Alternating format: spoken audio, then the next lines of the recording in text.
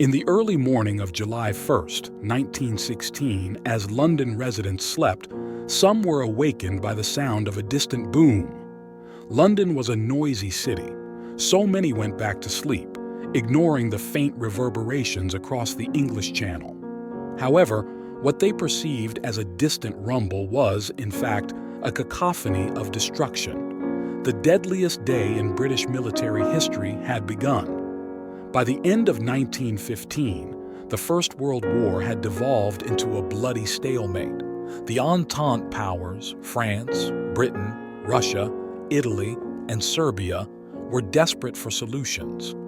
Throughout 1915, the key problem facing the Entente was the unexpected maneuverability of German forces, which allowed them to rapidly transfer troops between different fronts. To combat this, the Entente leaders decided that in 1916 they would launch major offensives simultaneously, stretching the German army to its limit and breaking its might.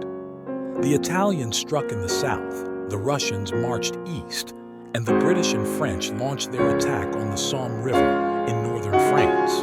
The Somme was chosen for its lack of strategic significance, making it an ideal site for the Anglo-French offensive.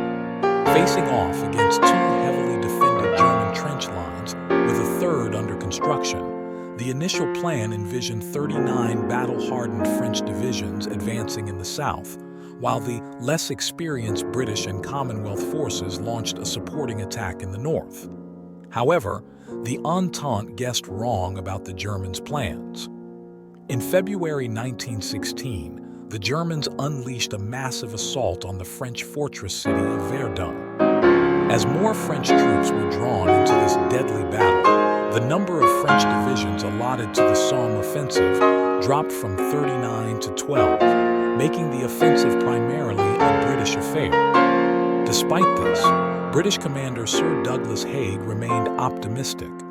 He believed the British Army now possessed an adequate supply of artillery and ammunition to carry out a massive assault. Against the advice of his more cautious subordinate, Sir Henry Rawlinson, Haig decided that British forces would seize the first two lines of the German defenses simultaneously, maximizing their chance for a decisive breakthrough. Learning from previous campaigns, Haig aimed to obliterate German positions through an intense artillery barrage. In the week leading up to the offensive, over 1,500 British guns fired 1.7 million rounds into the German front line. On the morning of July 1st, this bombardment intensified, with nearly 4 million shells fired in an hour. At 7:28 a.m., the British detonated 10 massive mines under the German defenses. As British soldiers went over the top 2 minutes later, they must have wondered if any German could have survived such a barrage. The immediate rattle of enemy machine gun fire soon answered their question. Despite the intense bombardment, its effectiveness was limited. Out of over 1,500 artillery pieces, only 233 were heavy enough to cause significant damage to German defenses. Additionally, up to 30% of the shells fired by the British were duds, and Haig's decision to target both German trenches simultaneously diluted the bombardment. As a result, many German defenses were dazed but still operational. As British troops advanced, they were met with a slaughter. Laden with up to 60 pounds of gear, soldiers struggled uphill under machine gun and artillery fire. Gaps in their barbed wire were too small, causing soldiers to bunch together and making them easy targets. In the first hour alone, the British suffered 30,000 casualties, with 500 men killed, wounded, or captured every minute. Units like the 1st Newfoundland Regiment lost up to 91% of their combat strength in a single attack. Despite these grim losses, there were some successes. South of the Albert-Bapaume Road, British forces achieved most of their objectives. Further south, the French were remarkably effective, capturing all their objectives and taking 4,000 German prisoners without needing their reserves. These successes were due to weaker German defenses, more effective French artillery, and innovative tactics. However, the first day of the Somme was a catastrophic failure overall. For the cost of 57,000 British casualties, Haig had failed to achieve most of his objectives. Despite the massive losses, the offensive continued to relieve pressure on the French at Verdun. In the aftermath of the first day, both sides attempted to consolidate their positions. The Germans reinforced their defenses, while the British prepared for a second offensive on July 14th. Learning from their mistakes, this attack had more limited objectives and a narrower front. The lead-up to July 14th was marked by German counterattacks and disorganized British assaults. When the second offensive came, it was preceded by a whirlwind bombardment and a massive infantry assault. Although the bombardment was smaller in scale, its concentrated nature made it more effective.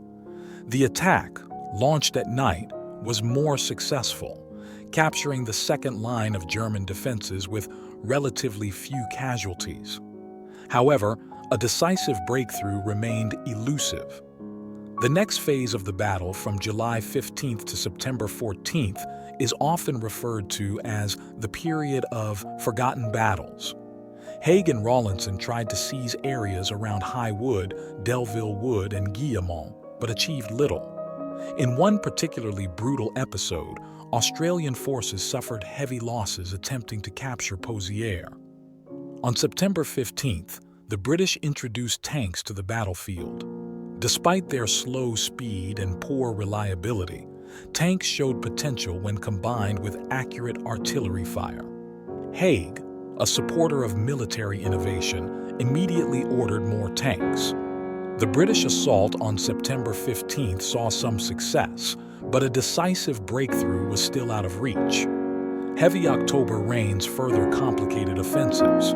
Fighting continued until November, with limited advances by British and French forces. Finally, on November 18, 1916, the Battle of the Somme came to an end. The cost of the Somme was staggering. The British suffered 420,000 casualties, the French 205,000, and the Germans between 500,000 and 600,000. In return, the Entente had advanced just 7 miles. After the war, the Somme was seen as a symbol of the Great War's senseless slaughter.